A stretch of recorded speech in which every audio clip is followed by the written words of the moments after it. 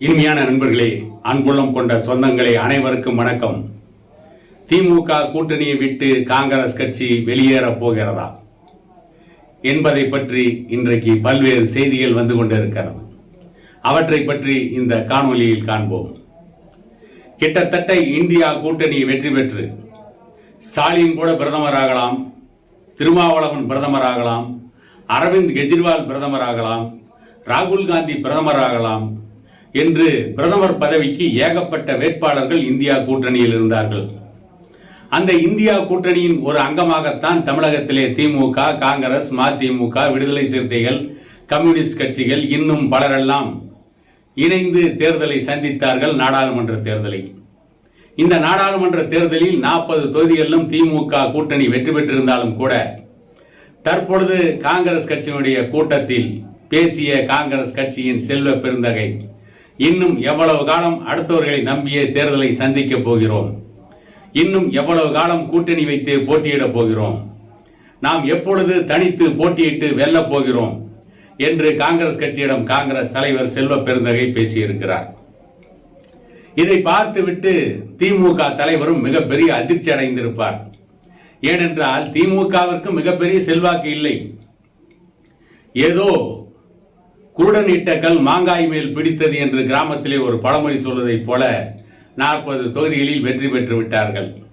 இவர்கள் 40 தொகுதிகளிலும் வெற்றி பெறுவதற்கு காரணம், ஏற்கனவே தமிழகத்திலே ஆட்சியிலே இருந்த அதிமுக, அதன் பொதுச் செயலாளர் எடப்பாடி பழனிசாமி சரியான கூட்டணி அமைக்க தவறியதின் விளைவு, அவரை யாரும் நம்பாமல் போனதன் காரணம், வேறு எந்த கட்சிகளும் அவரை நம்பி கூட்டணிக்கு வர தயாராக இல்லாததால் திமுக வெற்றி பெற்றதே தவிர திமுக கூட்டணியின் மீது தமிழக மக்களுக்கு ஒன்று மிகப்பெரிய நம்பிக்கை வந்துவிடவில்லை.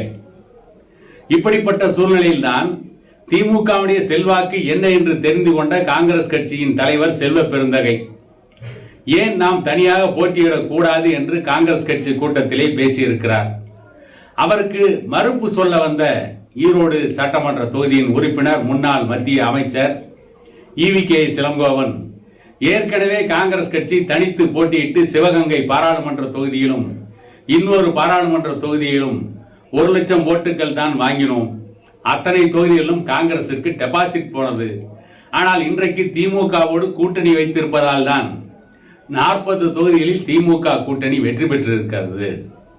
ஆகவே காங்கிரஸ் கட்சி தனித்து போட்டியிட்டு என்ன சாதித்து விட முடியும்? செல்வ பெருந்தகை இப்படி பேசுவதால் என்ன லாபம் இருக்க போகிறது என்று செல்வ பெருந்தகைக்கு பதில் சொல்லி இருக்கிறார். அது மட்டுமா காரணம்? திமுக கூட்டணியில் இல்லாமல் காங்கிரஸ் கட்சி போட்டியிட்டால் டெபாசிட்டை கூட வாங்க முடியாது என்பது அனைவருக்கும் தெரியும். காங்கிரஸ் கட்சியை தமிழக மக்கள் எந்த காலத்திலும் ஏற்றுக்கொள்ள மாட்டார்கள். காரணம், ஈழத்திலே காங்கிரஸ் கட்சி செய்த துரோகம் என்ன கொஞ்சமா நஞ்சமா? ஈழ தமிழர்களை கொன்று குவித்து அந்த ரத்தத்தின் ஈரம் காய்வதற்கு முன்பே ராஜபக்சேவுடன் காங்கிரஸ் கட்சியும் திமுகவும் கைகுலுக்கவில்லையா? ஈழ தமிழர்களை கொன்று குவிப்பதற்கு காங்கிரஸ் கட்சி மத்தியிலே ஆட்சியிலே இருந்த பொழுது, மன்மோகன் சிங் ஆட்சியிலே இருந்த பொழுது, நரசிம்மராவ் ஆட்சியிலே இருந்த பொழுது ஈழ தமிழர்களை கொன்று குவிக்க எவ்வளவு ஆயுதங்களை கொடுத்தார்கள்? ஈழ தமிழர்களுக்கு எப்படிப்பட்ட துரோகங்களை எல்லாம் செய்தார்கள்? இந்தியாவிற்கு வந்த ராஜபக்சேவுக்கு எப்படிப்பட்ட சிவப்பு கம்பள வரவேற்பை எல்லாம் காங்கிரஸ் கட்சி கொடுத்தது என்பதையும் இந்த நாடு பார்த்திருக்கிறது. ஈழ தமிழர்களை இலங்கை ராணுவம் கொன்று குவித்துக் கொண்டிருந்த பொழுது 3 மணி நேரம் உண்ணாவிரத நாடகம் நடத்திய கலைஞரையும் இந்த நாடு பார்த்திருக்கிறது. அவற்றை எல்லாம் இந்த நாடு மறந்து விடுமா, அல்லது தமிழினம் மறந்து விடுமா என்ன? அவற்றை எல்லாம் இந்த மக்கள் மறந்து விட்டார்கள். தனக்கு ஓட்டு போட்டு விட்டார்கள், வெற்றி பெற்று விட்டோம் என்று திமுகவும் காங்கிரசும் நினைத்துக் கொண்டிருக்கிறது. தனித்து போட்டியிட்டு அதிகாரத்திற்கு வர முடியுமா என்று காங்கிரஸ் கட்சி கனவு காண்கிறது. முடவன் கொம்புத்தேனுக்கு ஆசைப்பட்டதை போல. யார் தமிழ்நாட்டிலே முதலமைச்சர் பதவிக்கு ஆசைப்படுவது? காங்கிரஸ் கட்சியா? அது காமராஜரோடு முடிந்து போன விஷயம். ஈழ தமிழர்களை கொன்று குவித்து விட்டு அந்த இரத்த கரையோடு தமிழகத்திலே காங்கிரஸ் கட்சி வளர்ந்து விட முடியுமா?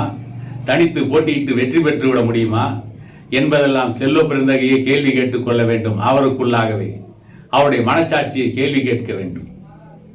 கூட்டணி மட்டும் இல்லை என்றால் காங்கிரஸ் கட்சி முகவரி தெரியாமல் மூழ்கி போயிருக்கும் தமிழ்நாட்டிலே முகவரி கூட இருந்திருக்காது. அதற்காக நான் திமுகவிற்கு வக்காலத்து வாங்க வேண்டும் என்பதற்காக இதை பற்றி பேசவில்லை. திமுக காங்கிரஸ் இந்த கூட்டணி எல்லாம் இல்லை என்றால் திமுகவும் செல்லா காசாகி இருக்கும். திமுக, காங்கிரஸ், மதிமுக, விடுதலை சிறுத்தைகள், கம்யூனிஸ்ட் கட்சிகள் இவர்கள் எல்லாம் கூட்டணி அமைக்காமல் தனித்து போட்டியிட்டு இருந்தால் ஒரு கட்சி கூட மெஜாரிட்டி பெற்றிருக்காது. திமுகவே பல இடங்களில் டெபாசிட்டை இழந்திருக்கும். இப்படிப்பட்ட சூழ்நிலையில் தான் இவர்களுக்குள் முட்டல் மோதல் வெடித்துக் கொண்டிருக்கிறது. கூடிய விரைவில் காங்கிரஸ் கட்சி திமுக கூட்டணியை விட்டு வெளியேறுமா அல்லது கூட்டணியிலேயே அனாபான் போட்டு ஒட்டியதை போல தொடருமா என்பதை பொறுத்திருந்து பார்ப்போம் என கூறிக்கொண்டு இன்னொரு காணொலியில் உங்களை சந்திக்கும் வரை உங்களிடமிருந்து விடைபெறுவது உங்கள் எடப்பாடி துரைசாமி.